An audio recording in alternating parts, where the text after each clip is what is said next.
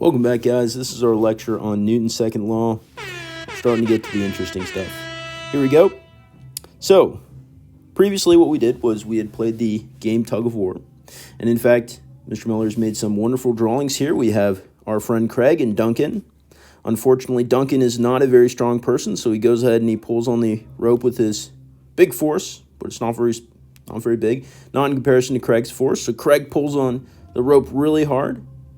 And we know that from experience, the overall direction of motion is towards the bigger force, the stronger team, right? And we would say that that is the direction that the net force acts. In fact, we said that when you have two arrows pointing in opposite directions, in this case, two vectors, two forces, you subtract, and they're pointing in the same direction, you add. Okay, and so what we have is the start of talking about a little bit more complicated motion, which is motion that is accelerating, increasing speed, decreasing speed, or changing directions as a result of a series of forces acting on the object. Previously, we'd only had the force of gravity. So time to make it a little bit more interesting and a little bit closer to real-world phenomenon. So, in terms of what's going on, we have a net unbalanced force on this object. That just means that the sum of the forces on our flag in the center of Tug of War are not equal to 0. That's what unbalanced means. Objects accelerate in the direction of the overall unbalanced force. And so when we subtracted these two together, we saw that the overall sum of the forces was to the right. So our object, our flag, moved in the direction of the overall force to the right. And what we find out is that change in motion acceleration depends on the net force. If you wanted your flag to go even faster to the right, you'd have Craig pull even harder. We use these diagrams, free body diagrams in particular, to determine the net force on an object. So we draw arrows out to determine what is the overall direction of the sum of the forces and how big is that sum of the forces. Once we know size and direction, then we can calculate acceleration with Newton's second law. All right. One quick thing. This was an unbalanced net force. Down here we have a balanced net force. All right. This is our friend Mr. Mellor. Likes to think of as our friend Jaden. Why? Because he's so chill. He says, "Sup, homies." Why is he saying sup, homies? Because he's not sinking to the ground. He has the force of gravity acting on him, and he has the force normal pushing up from the ground. Mr. Mellor, what's the force normal? We'll talk about that more in the future, but for now, just know it is a contact force that keeps us from sinking to the ground. It pushes up on us with the exact same quantity or exact same size as gravity pulls down on us. Okay, next up, so if we want to find the net force on an object, we use something called free body diagrams. That's what we just did, actually. But to specify it out more explicitly, we have 3 steps to drawing a free body diagram. The first one is to identify the forces acting on an object and the direction of those forces. Step 2, draw the diagram that represents the isolated object. Step 3, draw the arrows for the external forces. So here's a quick example. We have a person who's pulling on a sled. All right, so we have F applied. That's our pull. We have and that's 60 newtons. We know that the sled is being pulled down by the force of gravity, so we'll call that F of gravity. We could also call that weight. That's 130 newtons. And then we have the normal force, of which the ground is pushing back up on the sled. That's 90 newtons overall. So step 1, we went ahead and wrote out our forces. Step 2, we want to go ahead and draw the isolated object. So we like to draw boxes in physics because they do a good job of showing just about anything. Step 3, we're going to go ahead and draw these 3 forces on the object itself. So we have the force of gravity acting downwards, F of G. We have the force normal, that the ground is pushing up on our objects. And then we have the applied force, the force of the pull, F applied, to the right. Okay, and so what we're going to shoot for in the future is we're going to break this up into horizontal and vertical. And horizontally, we say the sum of the forces is just equal to F applied. And the sum of the forces vertically is Fn minus Fg.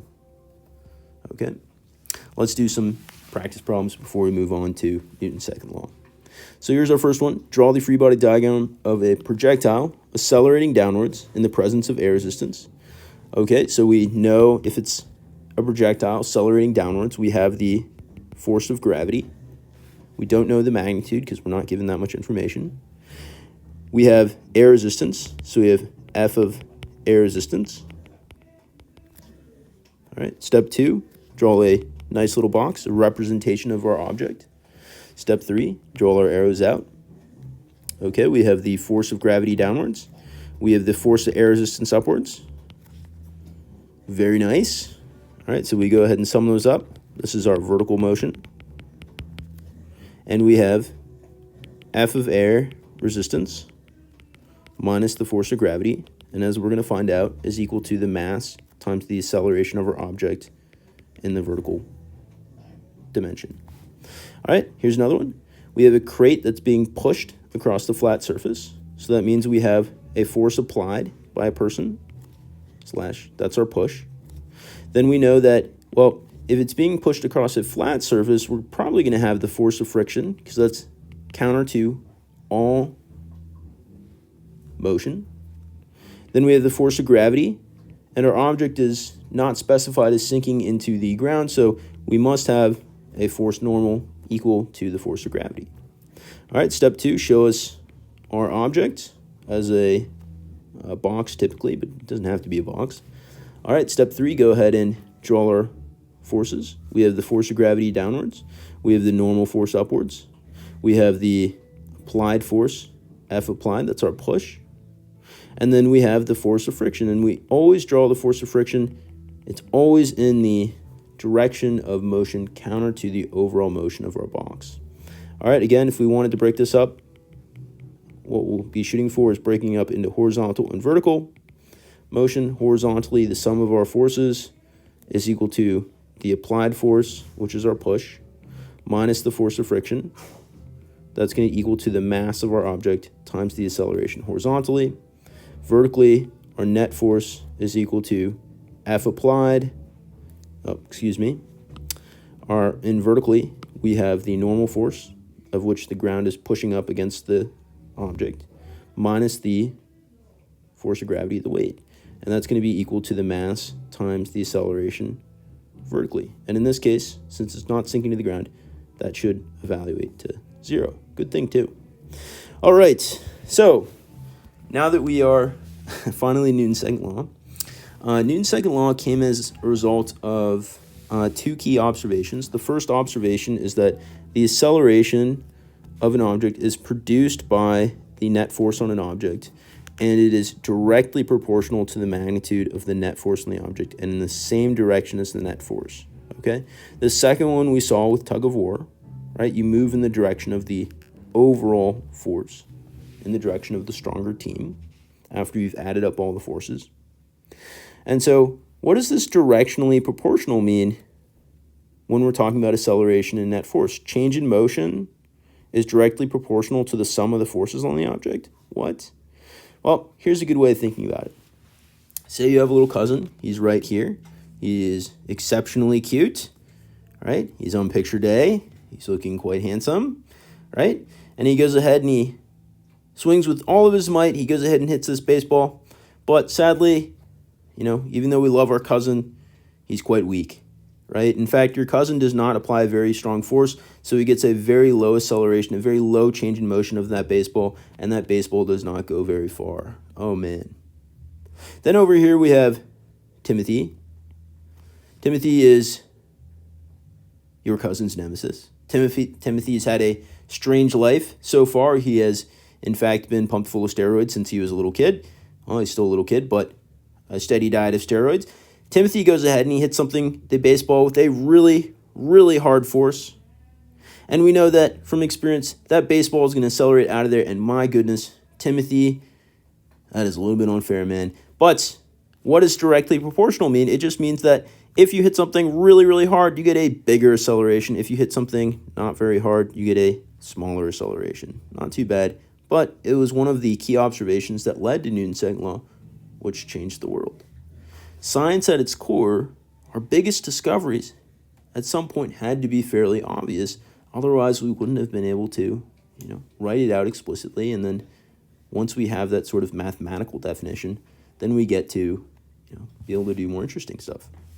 All right, the second observation that led to Newton's second law was that the acceleration of a mass, acceleration depends on the mass being pushed. In fact, we say it's inversely proportional to the mass, which we'd show like this.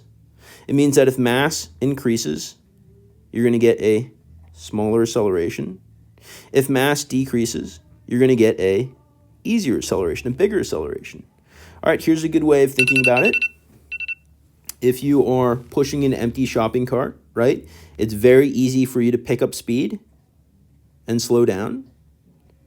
If you're pushing a really, really massive shopping cart, then it's going to be really hard to pick up speed and slow down. And what is picking up speed, slowing down, changing direction? It's acceleration. So Newton's second observation that led to his second law was that acceleration is inversely proportional to mass. As you have more and more mass, it becomes harder and harder to accelerate. In fact, acceleration depends on the mass being pushed. And so Newton's overall second law, if we were to state it out formally, says the acceleration produced by the net force on an object is directly proportional to the magnitude of the net force in the same direction as the net force and is inversely proportional to the mass of the object. Mr. Mellor, what does that mean? Well, like we said before, if your cousin hits a baseball really hard, you get a bigger acceleration. If you push a really full shopping cart, mass is huge, you get a smaller acceleration for the same force. And when you take these two together, you get the overall equation. Acceleration is caused by the sum of the forces on the object. It's directly proportional to it, and it's limited by the mass of the object. When we were drawing those free body diagrams, we said that the net force is equal to, the sum of our forces, and that's equal to mass times acceleration. This equation right here is the same thing. It's Newton's second law. But we prefer to write it as this because we care about motion, and acceleration is change in motion, and it's caused by force. When we write it like this, it makes us think that force is caused by acceleration, and that is simply not true. Acceleration is caused by net force. Okay? All right, we're almost done. Long lecture. Newton's second law, acceleration equals net force over mass. If I have a car that has a mass of 1,000 kilograms, what's the acceleration produced by a force of 2,000 newtons? Well, M is equal to 1,000 kilograms. F is equal to 2,000 newtons. And we remember that our unit for force is newtons. 1 newton is a quarter of a pound. So I go ahead and say A equals F over M, 2,000 newtons, divided by 1,000 kilograms. Mr. Mellor, how does that possibly become meters per second squared? Good question. That's something we'll go over in the future. All right, here's our next one. A car has an acceleration of 50 meters per second squared. What's the force applied to it if it has a mass of 10,000 kilograms? That is a heavy car. Massive car, excuse me. Acceleration is 50 meters per second. Mass is equal to 10,000 kilograms.